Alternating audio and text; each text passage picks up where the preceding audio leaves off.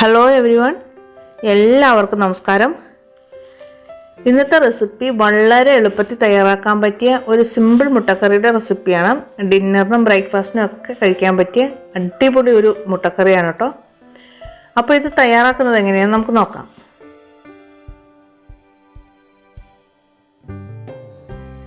അപ്പോൾ നമുക്ക് മുട്ടക്കറി തയ്യാറാക്കാം. അപ്പോൾ അതിനായിട്ട് ഞാനൊരു കടായി ചൂടാക്കാൻ വെച്ചിട്ടുണ്ട്. ഇത് വളരെ എളുപ്പത്തിൽ തയ്യാറാക്കാൻ പറ്റിയ ഒരു മുട്ടക്കറിയാണ് കേട്ടോ. മുട്ട പുഴുങ്ങാതെ ഉടച്ചൊഴിച്ചിട്ടാണ് നമ്മൾ ഈ കറി തയ്യാറാക്കുന്നത്. അപ്പോൾ പാൻ നന്നായിട്ട് ചൂടാകുമ്പോൾ അതിലേക്ക് ഒരു 2 ടേബിൾ സ്പൂൺ വെളിച്ചെണ്ണ ഒഴിച്ചു കൊടുക്കുക. വെളിച്ചെണ്ണ നന്നായിട്ട് ചൂടാകുമ്പം ഒരു ചെറിയ പീസ് പട്ട, 2 ഏലക്ക, 3 ഗ്രാമ്പൂ ഇത്രയും കൂടെ ചേർത്തിട്ട് നന്നായിട്ടൊന്ന് വഴറ്റി കൊടുക്കണം. ഈ മസാലയൊക്കെ ഒന്ന് മൂത്ത് വരുമ്പോഴത്തേക്കും നമ്മൾ വളരെ കനം കുറച്ച് പൊടിയായിട്ട് അരിഞ്ഞു വെച്ചിട്ടുള്ള മീഡിയം വലിപ്പത്തിലുള്ള 2 സവാളയും കൂടെ ഇതിലേക്ക് ചേർത്ത് കൊടുക്കാം. സവാള അരിഞ്ഞെടുക്കുമ്പോൾ ഇതുപോലെ പൊടിയായിട്ട് തന്നെ അരിഞ്ഞെടുക്കണം കേട്ടോ. എങ്കിലാണ് നമ്മുടെ കറി നല്ല കറക്റ്റായിട്ട് ഗ്രേവിക്കൊക്കെ നല്ലൊരു തിക്നെസ്സൊക്കെ വരുള്ളൂ. അപ്പോൾ ഈ ഒരു രീതിയിൽ ഇത് അരിഞ്ഞെടുത്തിട്ട് നന്നായിട്ട് വഴറ്റിയെടുക്കണം. ഒരു ചോപ്പറിലിട്ടിട്ട് അരിഞ്ഞെടുത്താൽ മതി. ഇനി സവാള നല്ല ഗോൾഡൻ കളർ ആവുന്നത് വരെ ഒന്ന് വഴറ്റി കൊടുക്കാം. ഇപ്പോൾ നമ്മൾ ചേർത്ത് കൊടുത്ത് സവാള നന്നായിട്ട് വഴന്ന ഗോൾഡൻ കളറായിട്ടുണ്ട്. ഇനി ഇതിലേക്ക് ഞാൻ ചേർത്ത് കൊടുക്കുന്നത് ഇഞ്ചി വെളുത്തുള്ളി പേസ്റ്റാണ്. അപ്പോൾ ഒരു 2-3 അല്ലി വെളുത്തുള്ളിയും ഒരു ചെറിയ പീസ് ഇഞ്ചിയും കൂടെ നന്നായിട്ട് ചതച്ചെടുത്തതാണ്.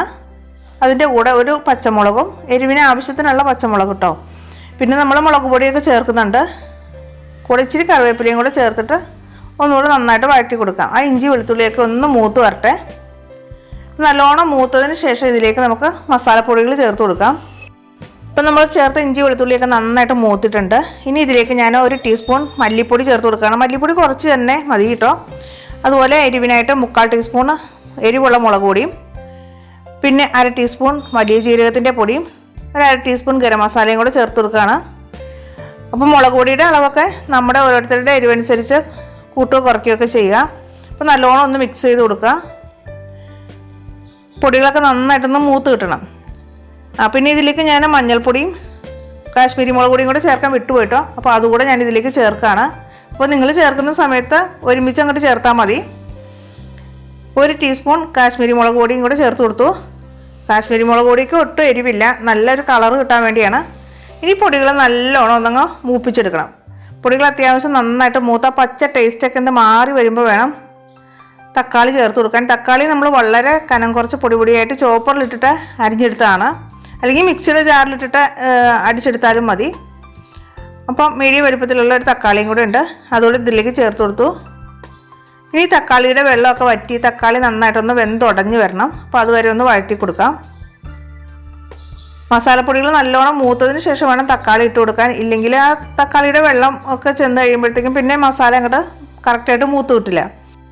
അതുപോലെ തക്കാളി എടുക്കുമ്പോൾ അധികം പുളിയില്ലാത്ത ടൈപ്പ് തക്കാളി എടുക്കണം. നല്ല കളറുള്ള തക്കാളി വേണം ഇതിലേക്ക് ചേർത്ത് കൊടുക്കാൻ. തക്കാളി നല്ലോണം വഴന്ന് ആ വെള്ളമൊക്കെ വറ്റി വരുന്ന സമയത്ത് ഇതിലേക്ക് ഒരു ഇത്തിരി ചൂടുവെള്ളം ഒഴിച്ചു കൊടുക്കാം. അപ്പോൾ നമ്മൾ കറിയിൽ മൊത്തത്തിൽ ചൂടുവെള്ളമാണ് ഒഴിച്ചു കൊടുക്കുന്നത്. ആദ്യം ഒരു അല്പം ഒഴിച്ചു കൊടുത്തിട്ട് ഗ്രേവി ഒന്നുകൂടെ ഒന്ന് വറ്റിച്ചെടുക്കണം. അപ്പോൾ സവാളയൊക്കെ നല്ലോണം വെന്ത് നല്ല പരുവത്തിലായി വരും. അപ്പോൾ വെള്ളം വറ്റി വന്നിട്ട് ബാക്കിയുള്ള വെള്ളവും കൂടെ നമുക്ക് പാകത്തിനുള്ള വെള്ളവും കൂടെ ഇതിലേക്ക് ചേർത്ത് കൊടുക്കാം. അപ്പോൾ നല്ലോണം ഒന്ന് മിക്സ് ചെയ്ത് കൊടുക്കുക. ഗ്രേവിക്ക് ആവശ്യത്തിനുള്ള വെള്ളം ചേർത്ത് കൊടുത്താൽ മതി. അപ്പോൾ ചേർത്ത് കൊടുക്കുമ്പോൾ എപ്പോഴും ചൂടുവെള്ളം തന്നെ ചേർത്ത് കൊടുക്കുക, പച്ചവെള്ളം ചേർത്ത് കൊടുക്കരുത്.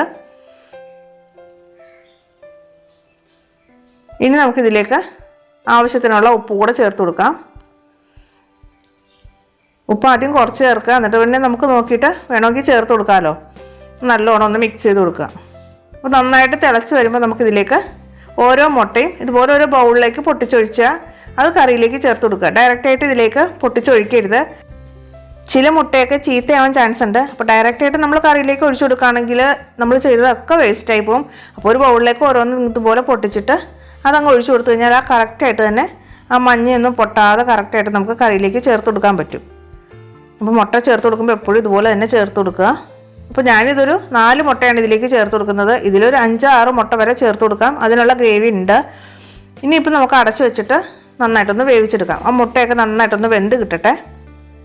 അപ്പോൾ ഒരു 10 മിനിറ്റ് മീഡിയം ഫ്ലെയിമിലിട്ടിട്ട് നമുക്ക് അടച്ചു വെച്ച് വേവിച്ചെടുക്കാം. ഇപ്പോൾ ഒരു 10 മിനിറ്റ് കഴിഞ്ഞിട്ടുണ്ട്. നമ്മുടെ മുട്ടയൊക്കെ നല്ല കറക്റ്റായിട്ട് വെന്ത് കിട്ടിയിട്ടുണ്ട്. ഇനി ഗ്രേവി കുറച്ചൊന്ന് വറ്റി വരണം. ഇപ്പോൾ തുറന്ന് വെച്ചിട്ട് ഇനി പാകത്തിന് വറ്റിച്ചെടുത്താൽ മതി. ഇപ്പോൾ അപ്പത്തിന് ചപ്പാത്തിക്കൊക്കെ നല്ലൊരു ടേസ്റ്റി ആയിട്ടുള്ള കറിയാണ് കേട്ടോ. ഡിന്നറിനൊക്കെ നമുക്ക് തയ്യാറാക്കി എടുക്കാൻ പറ്റും. ഇപ്പോൾ കറിയുടെ ടേസ്റ്റൊക്കെ നോക്കട്ടെ. ഉപ്പും എരിവൊക്കെ കറക്റ്റാണ്. ഇപ്പോൾ ലാസ്റ്റ് നമുക്കിതിലേക്ക് ഇത്തിരി കുരുമുളക് പൊടിയും കൂടെ ചേർത്ത് കൊടുക്കാം. ഇപ്പോൾ കുരുമുളക് പൊടി ആദ്യം ചേർക്കണ്ട, വഴറ്റുന്ന സമയത്ത് ചേർത്ത് കൊടുക്കണ്ട, ലാസ്റ്റ് കറി പാകമാകുന്ന ഈ ഒരു സമയത്ത് ചേർത്ത് കൊടുത്താൽ മതി. അപ്പോൾ കുരുമുളകിൻ്റെയൊക്കെ നല്ലൊരു ഫ്ലേവർ കൂടുതൽ കിട്ടും. പിന്നെ നമ്മൾ മുട്ട ഉടച്ചൊഴിച്ച് ചേർത്തുകൊണ്ട് പ്രത്യേക ഒരു ടേസ്റ്റ് കൂടുതലാണ് കേട്ടോ ഗ്രേവിക്കൊക്കെ. പുഴുങ്ങി ചേർക്കുന്നതിനേക്കാളും കൂടുതൽ ടേസ്റ്റ് ഉണ്ട്. ഇപ്പം നമ്മുടെ കറി തയ്യാറായിട്ടുണ്ട്. ഇനി ചൂടോടുകൂടി തന്നെ നമുക്കിത് സെർവ് ചെയ്യാം. അപ്പത്തിൻ്റെ ഇടിയപ്പത്തിൻ്റെ എന്തിൻ്റെ കൂടെ ആണെങ്കിലും അടിപൊളി കറിയാണ് കേട്ടോ. അപ്പോൾ ഇന്നത്തെ വീഡിയോ നിങ്ങൾക്ക് എല്ലാവർക്കും ഒരുപാട് ഇഷ്ടമായെന്ന് വിചാരിക്കുന്നു. ഇഷ്ടമാകുകയാണെങ്കിൽ ഒന്ന് ലൈക്ക് ചെയ്യുക. അതുപോലെ നമ്മുടെ ചാനൽ ഇതുവരെ സബ്സ്ക്രൈബ് ചെയ്തിട്ടില്ലെങ്കിൽ മടിക്കാതെ ഒന്ന് സബ്സ്ക്രൈബ് ചെയ്യണം കേട്ടോ. അതുപോലെ വീഡിയോ ഇഷ്ടമാകുന്നുണ്ടെങ്കിൽ നിങ്ങളുടെ കൂട്ടുകാർക്കും റിലേറ്റീവ്സിനൊക്കെ ഒന്ന് ഷെയർ ചെയ്ത് കൊടുക്കുക. ഒരു ബിഗ് ഫാമിലി ആയിട്ട് വളരാൻ നിങ്ങളുടെ എല്ലാവരുടെയും സപ്പോർട്ട് വേണം. അപ്പോൾ എല്ലാവരും മടിക്കാതെ തന്നെ സപ്പോർട്ട് ചെയ്യുമെന്ന് വിശ്വസിക്കുന്നു. അപ്പോൾ ഇന്നത്തെയും പോലെ തന്നെ അടിപൊളി നല്ല റെസിപ്പിയുമായി വീണ്ടും കാണാം. അതുവരേക്കും താങ്ക്സ് ഫോർ വാച്ചിങ്. ബൈ.